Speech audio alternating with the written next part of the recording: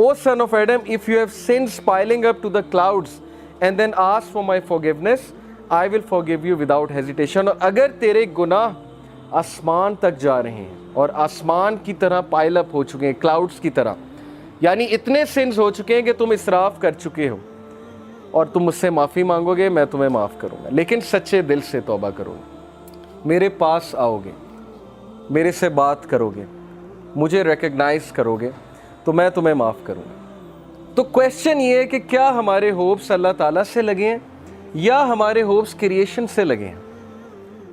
میں یوتھ سے بات کر رہا ہوں، میں حیران ہوں کہ ہم ایک انسان کے لیے راتیں جاگ لیتے ہیں، ہم اس کے لیے اپنے ڈیسیجنز چینج کر لیتے ہیں، کیریئر کے جو ہماری لائن ہے اس کو چینج کر دیتے ہیں ایک انسان کو پانے کے لیے، ایک انسان کے پیچھے دوڑتے ہیں، اور بعد میں ہمیں کوئی خاص فائدہ بھی نہیں ملتا، بعد میں ہمیں جو ہے وہ ریگریٹ ہوتا ہے کہ میں نے اتنا کچھ کیا اور آگے سے رزلٹ جو ہے وہ کچھ بھی نہیں ہے۔ تو یہ ہیں وہ مثالیں جو اللہ تعالیٰ ہمیں قرآن مجید میں بتا رہے ہیں، حدیث میں بتا رہے ہیں کہ تم میرے سے امید لگاؤ، تم میرے پاس آؤ، تم میرے سے مانگو، پھر دیکھو کہ تمہارا مسئلہ حل ہوتا ہے کہ نہیں ہوتا ہے۔ اور امید لگانے کے حوالے سے ابن تیمیہ رحمہ اللہ لکھتے ہیں، ان کی ایک کتاب ہے kalamullah.com پہ آپ جائیں تو وہاں پر ایک کتاب ہے ابن تیمیہ کی، I think relief from distress, yes exactly یہ نام ہے، ریلیف فرام ڈسٹریس، کے ڈسٹریس سے ریلیف کیسے ملنا ہے، اوکے یہ کتاب ہے۔ وہ کتاب اس آیت کی تفسیر ہے، لا الہ الا انت سبحانک انی کنت من الظالمین، صرف ایک آیت کو پکڑا ہے ابن تیمیہ نے اور پوری کتاب لکھ دی۔ اس میں وہ ایک بات لکھتے ہیں کہ اسلاف جان بوجھ کر یہ دعا کرتے تھے، یہ بھی ایک دعا تھی ان کی کہ ہماری دعائیں ڈیلے ہوں، ہماری دعاؤں کی قبولیت ڈیلے ہو۔ اب یہ ہمارے لیے، ہم جیسے لوگوں کے لیے جو دنیا میں بہت ڈوبے ہیں، بڑی عجیب بات ہے، ہم تو چاہتے ہیں یوں دعا قبول ہو، میں اللہ سے مانگوں اور چیز میرے سامنے ہو، چاہے وہ میرے لیے بہتر ہے یا نہیں ہے۔ اسلاف کہتے تھے کہ ہم جان بوجھ کے وش کرتے تھے کہ دعائیں ڈیلے ہوں، کیوں؟ کیونکہ جب بندہ دعا کر رہا ہوتا ہے اس کا تعلق ہی اللہ سے اور ہوتا ہے، تو وہ اس تعلق کو انجوائے کرتے تھے کہ ہم تکلیف میں ہیں، ہم کسی ڈسٹریس میں ہیں، بس ہم دعائیں کیے جائیں، تو یہ تعلق انہیں بہت لطف دیتا تھا۔ یہ ایک بہت ہائی لیول کی بات ہے۔ بتانا میں آپ کو یہ چاہ رہا ہوں کہ دیکھیں مصیبتیں آتی ہیں، مشکلیں آتی ہیں، انسان پر بہت سے فیزز آتے ہیں، اور اس فیز میں اگر اللہ سے آپ کنیکٹ کر جائیں تو یہ آپ کے لیے خیر ہی خیر ہے، اور اس فیز میں اگر اللہ سے دور ہو جائیں تو پھر یہ شر ہے بہت بڑا۔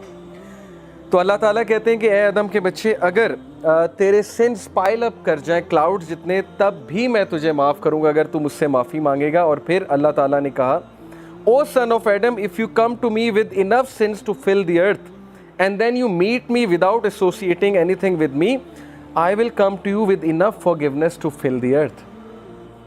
اگر تو مجھ سے ملاقات کرے اور تو مجھ سے معافی مانگے اور تیرے سنس ارتھ کو فل کرے ہوئے ہیں، یعنی انفائنائٹ سنس ہیں، اور تو مجھ سے معافی مانگے گا تو میں تجھے بالکل اتنی فورگیونس کے ساتھ معافی کروں گا جتنے تیرے سنس، اور نہ صرف معاف کروں گا، تیرے سنس کو میں ریوارڈز میں کنورٹ کروں۔ سچ از اللہ کہ نہ صرف گناہ معاف ہوئے بلکہ گناہوں کو ریوارڈز میں کنورٹ کر دیا اللہ تعالیٰ نے۔ اتنا آسان ہے۔ ایک انسان کو منانا کتنا مشکل ہے، انسان کو منانے میں انسان بہت ذلیل ہوتا ہے، اللہ کو منانا کتنا آسان ہے۔ ٹھیک ہے، تو یہ ہے وہ مثالیں جس سے ہمیں سوچنا چاہیے کہ ہم کس ہستی کو اگنور کر رہے ہیں۔ ابو ذر reported, the messenger of Allah sallallahu alaihi wasallam said, Allah Almighty says, whoever comes with a good deed will have the reward of 10 like it and even more. جو کوئی اچھا عمل کرے گا میں اسے 10 ریوارڈز دوں گا، دنیا میں بھی اور آخرت میں بھی۔ دنیا کا ریوارڈ کیا ہے؟ ضروری نہیں کہ آپ کو پیسوں کی شکل میں مل جائے یا آپ کو کوئی reward as an materialistic reward مل جائے۔ عزت ہے، اللہ تعالیٰ کی طرف سے کنٹینٹمنٹ ہے، اچھی نیند ہے، اللہ تعالیٰ کی طرف سے اچھے دوست ہیں، اچھا لائف پارٹنر ہے، اچھی فیملی ہے، اچھی لائف ہے، عزت والی لائف ہے، یہ ریوارڈز ہیں۔ And whoever comes with an evil deed will be recompensed for one evil deed like it or he will be forgiven. اور جو گناہ کرے گا تو گناہ ایک لکھا جائے گا، 10 نہیں لکھے جائیں گے۔ ریوارڈ کرے، اچھا کام کرے گا تو 10 لکھے جائیں گے، گناہ کرے گا تو 1 لکھا جائے گا۔ تو یہ اللہ کی ذات ہے۔ He is all merciful, compassionate. When Allah SWT created the throne, He wrote over it, verily my compassion overcomes my wrath. بے شک میری رحم دلی، میرا compassion میرے غصے پہ حاوی ہے. اللہ تعالیٰ is all merciful for the creation. تو اس میں آپ کو ایک واقعہ بھی سناتا ہوں کہ یہ حلیۃ الاولیاء ایک کتاب ہے، اس میں کچھ واقعات صحیح ہیں. تو ون آف دا صحیح انسیڈنٹس از کہ بنی اسرائیل کا ایک شخص تھا اور اس کے بہت سے سنس تھے. مطلب یو کین امیجن ڈرنکارڈ ہوگا، ظاہر ہے کہ چوری کرتا ہوگا، رابری کرتا ہوگا، واٹ ایور. وہ اتنا تنگ آئے وہاں کے لوگ کہ انہوں نے کہا کہ اس کو دور دراز کسی علاقے میں چھوڑ آتے ہیں چینز باندھ کے، کیونکہ بہت فساد مچاتا ہے. تو وہ اس دور کے جو نبی تھے ان سے انہوں نے مشورہ کیا، مشورہ کر کے اس کو چینز میں باندھا، دور پھینکا. یعنی اس کے سنز اتنے زیادہ تھے، وہ اتنے تنگ تھے، انہوں نے کہا مرتا ہے تو مرے. اس بندے کی ڈیتھ ہو گئی اور اللہ تعالیٰ کی طرف سے اس نبی کو وحی آئی، اور وحی میں اللہ تعالیٰ نے کہا کہ میرا ایک ولی فوت ہو گیا، تم نے اسے غسل نہیں دیا. اور وہ نبی اتنا حیران ہوئے، ان کے پیروں تلے زمین نکل گئی کہ یہ کون فوت ہو گیا؟ اللہ کا ولی جس کو میں نے غسل نہیں دیا ہے. تو اللہ تعالیٰ نے کہا وہاں اس علاقے میں جاؤ اور جا کر دیکھو. تو جب وہ وہاں پہنچے اپنی قوم کو لے کے، اتنا حیران ہوئے کہ یہ تو وہی بدکار آدمی ہے جس نے ناک میں دم کیا ہوا تھا، تو یہ شخص ولی کیسے بن گیا؟ تو اللہ تعالیٰ نے کہا کہ اس نے مرنے سے پہلے ایک دعا کی تھی، اور وہ دعا مجھے اتنی عزیز ہے، اتنی پسند آئی کہ اگر وہ دعا سے پوری انسانیت کو بھی بخشوانا چاہتا میں بخش دیتا. اور وہ دعا یہ تھی کہ اے اللہ، اگر مجھے معاف کرنے سے تیری عزت میں کوئی کمی نہیں آتی تو مجھے معاف کر دے، اور اگر مجھے سزا دینے سے تیری عزت بڑھتی ہے تو مجھے سزا دے. بہت ہی خوبصورت ورڈز ہیں. دیکھیں نا، اللہ نوز بیسٹ کہ کون اللہ سے ریپینٹ کر لے، کس طرح سے ریپینٹ کر لے. اس لیے جج نہیں کرنا چاہیے کسی کو، پتہ نہیں اللہ تعالیٰ کو کیا ایکٹ کسی کا پسند آ جائے. تو یہ ہوپ کے بارے میں ایک واقعہ میں نے آپ کو سنا ہے. سو اللہ سیز کہ 10 ریوارڈز ایک ڈیڈ کے ملیں گے، اچھے ڈیڈ کے، اور ایک گناہ کا ایک ایول ڈیڈ کا گناہ ملے گا. Whoever draws close to me by the length of a hand, I will draw close to him by the length of an arm. یہ میٹافورک ہے، ایگزامپل ہے. تم ایک ہاتھ کے ڈسٹنس سے میرے قریب آؤ گے، میں ایک آرم کے ڈسٹنس سے تمہارے قریب آؤں. یعنی تم ایک سٹیپ لوگے، اللہ تعالیٰ 10 سٹیپس لیں گے تمہاری طرف. سٹیپ لے کر تو دیکھو، ہم سٹیپ بھی نہیں لیتے. اور پھر کہا whoever draws close to me by the length of an arm, I will draw close to him by the length of a fathom. یعنی وہی پیرامیٹر بتا ہے کہ جو اور قریب آئے گا میں اس کے 10 ٹائمز اور قریب آؤں گا. whoever comes to me walking, I will come to him running. جو چل کر آئے گا میں دوڑ کر آؤں گا. whoever meets me with enough sins to fill the earth, not associating anyone with me, یعنی شرک نہ کیا ہو, I will meet with him as much forgiveness. تو میں اس کو اتنی ہی forgiveness کے ساتھ ملوں گا. تو یہ اللہ کی ذات ہے کہ آپ ایک سٹیپ لیں گے، اللہ تعالیٰ 10 سٹیپس لیں گے. آپ چل کر آئیں گے، اللہ تعالیٰ دوڑ کر آئیں گے، آپ کو ویلکم کرنے آئیں گے. اوکے، اس لیے اللہ تعالیٰ یہ غفلت میں کبھی نہ آئیے گا، نہ ہی اس حماقت میں کبھی پڑیے گا کہ میرے گناہ بہت زیادہ ہیں، یا اب میں کیا کروں اللہ تعالیٰ کے پاس جا کے، ہر چیز تو حرام ہے، وہ حرام میں کرتا ہوں. تو سٹریس میں آ کے انسان اللہ سے ہی بات کرنا چھوڑ دیتا ہے، کہتا ہے بس میں نے کرنا ہی حرام ہے تو چھوڑو، اللہ تعالیٰ سے کیا بات کرے. تو یہ حماقت ہے، یہ شیطان کا بہت زبردست اسٹریٹجی ہے کہ ہمیں اللہ سے بدگمان کر لیں.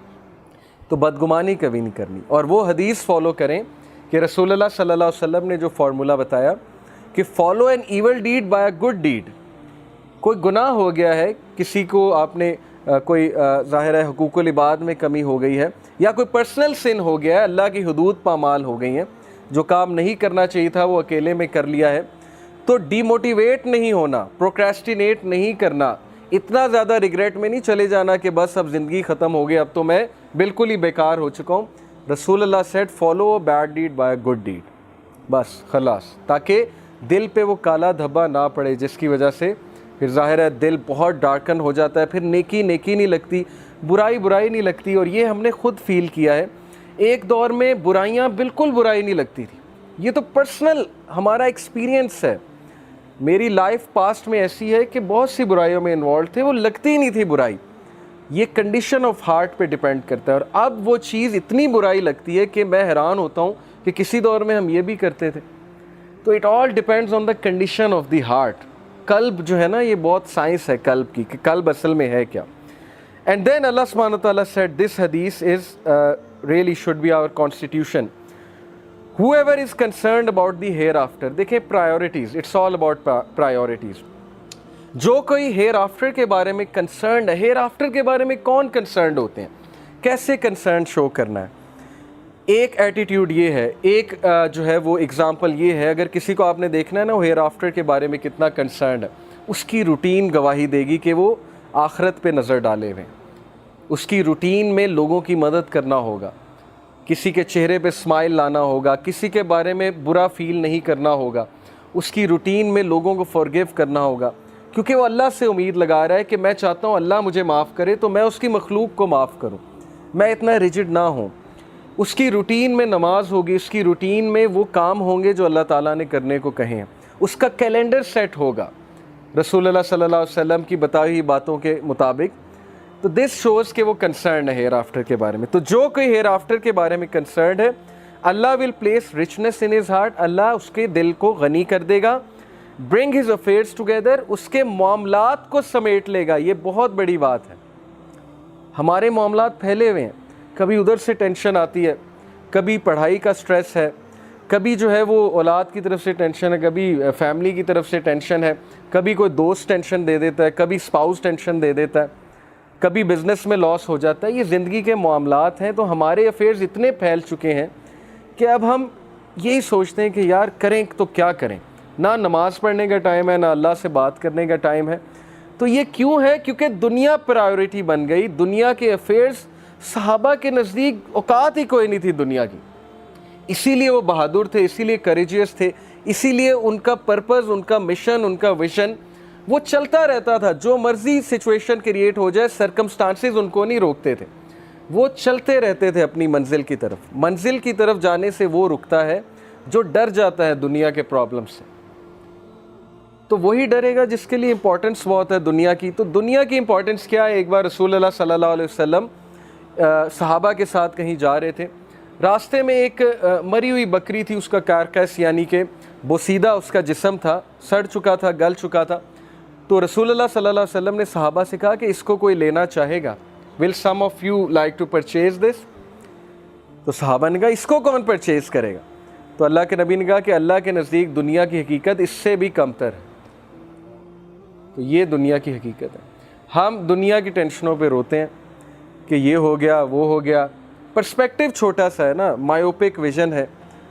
صحابہ کا ویژن ہی آخرت تھی. وہ ہنس رہے ہوتے تھے دنیا کے مسائل پہ, بہادری سے مقابلہ کر رہے ہوتے تھے کہ چلو 60 سال 50 سال کی زندگی گزر ہی جائے گی, ریوارڈ اللہ کے پاس ہے, صبر کرو, دل کو بڑا کرو, مقابلہ کرو زندگی کی مصیبتوں کا, مشکلوں کا, اللہ تعالیٰ اسٹرینتھ دے گا تمہیں.